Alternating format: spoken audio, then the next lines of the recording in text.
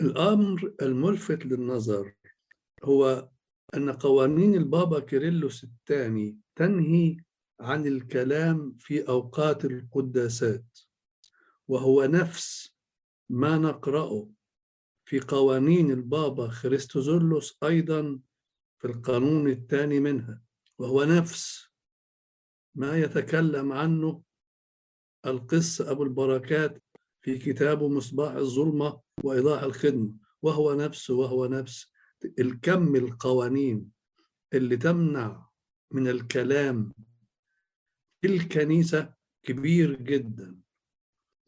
بس هو فيش ولا قانون من هذه القوانين يمنع التصفيق والزغاريد،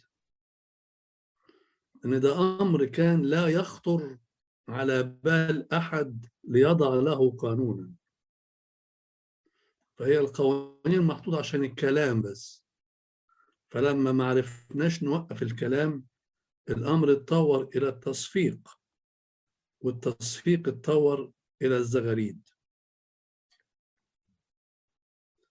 قوانين البابا كيرلس الثاني تتكلم عن أهمية توقير المذبح المقدس، وألا يدخل أحد العلمانيين.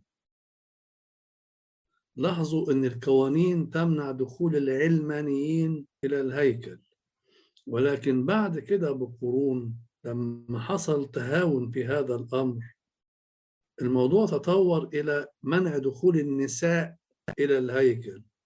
الموضوع مش موضوع نساء ورجال، الموضوع هو عدم دخول العلمانيين، رجل كان أو امرأة. فلو دخلت امرأة إلى الهيكل الدنيا تقوم وما تقعدش، لكن لو دخل رجل محدش بيهتم قوي، في حين ان القوانين نفسها كانت قايله ان عدم دخول العلمانيين الى الهيكل هو ده الاصل في القانون. والقوانين تقول لا يطلع كاهن للقربان فوق درجه المذبح الا وعليه استخاره اي تنيه، ومن كان بغير استخاره يتقرب خارج المذبح. حتى الكاهن نفسه عشان يدخل الهيكل لازم يكون لابس ثياب خدمة هي التونيا، ولا يغطي قربانه زي ما قلنا انه بياخد شوية مية بعد ما يتناول، وكان بياخدهم من حوض ماء التغطية. فبيقول لا يغطي قربانه في الهيكل بل في موضع منفرد، يعني بعد ما يتناول في الهيكل يخرج عشان يشرب مية بره الهيكل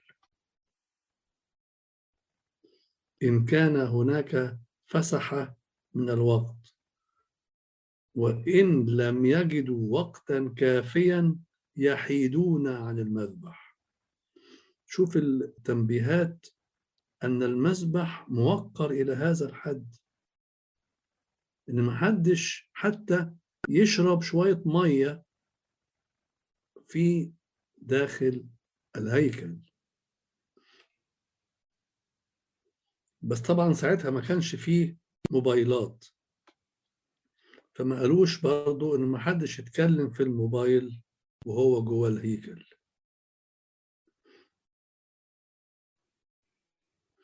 هذا هو الحال الذي تردت إليه كنيسة مصر بدءا من القرن 11 الميلادي،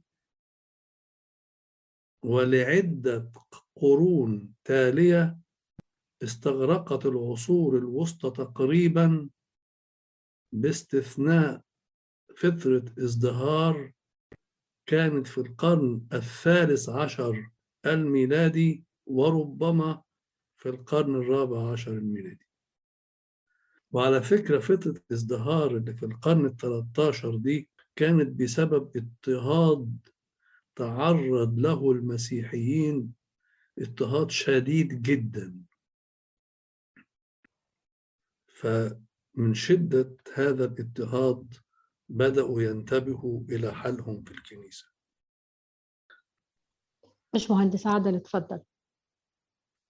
قدس أبونا، قدسك قلت ما يشربوش مية في المسبح، يتوارى ويشرب المية. طب هنا حاليا بيعملوا ايه؟ غسيل الأواني في الصينية ويشربوا، هل ده صح ولا مش لا صح؟ طبعا مش صح، مش طقس طبعا، مش مش طقس. طقس طبعا، لا. يعني حتى كمان شفت ساعات في آباء كانوا بيخلوا الستات تشرب من الصينية. ما هو بص يا أستاذ، الطقس أسهل حاجة فيه التقليد، ولو ما لحقتش توقف التقليد وهو لسه صغير وسبته تانه يكبر يكبر يكبر. يعني مثلا الإنسان يتناول جسد المسيح ودمه الكريمين، ناقص إيه تاني؟ فهو يشرب مية من الصينية ليه؟ عشان ياخد بركة. بركة إيه؟ طب ما أنت تناولت جسد المسيح ودمه، فتشرب مية من الصينية ليه؟ واحد يعمل الممارسة دي فالباقي كله يعمل زيه، ولو اتثابت زي ما بتحكي كده تاني الموضوع يزيد لحد ما الناس تيجي تشرب من الصينية عشان تاخد بركة. هقول لك معلومة واحفظها وراقبها تلاقيها مظبوطة. إذا فقد الإنسان إحساسه الحقيقي بحضور المسيح على المذبح تلاقي بيمارس طقس غلط.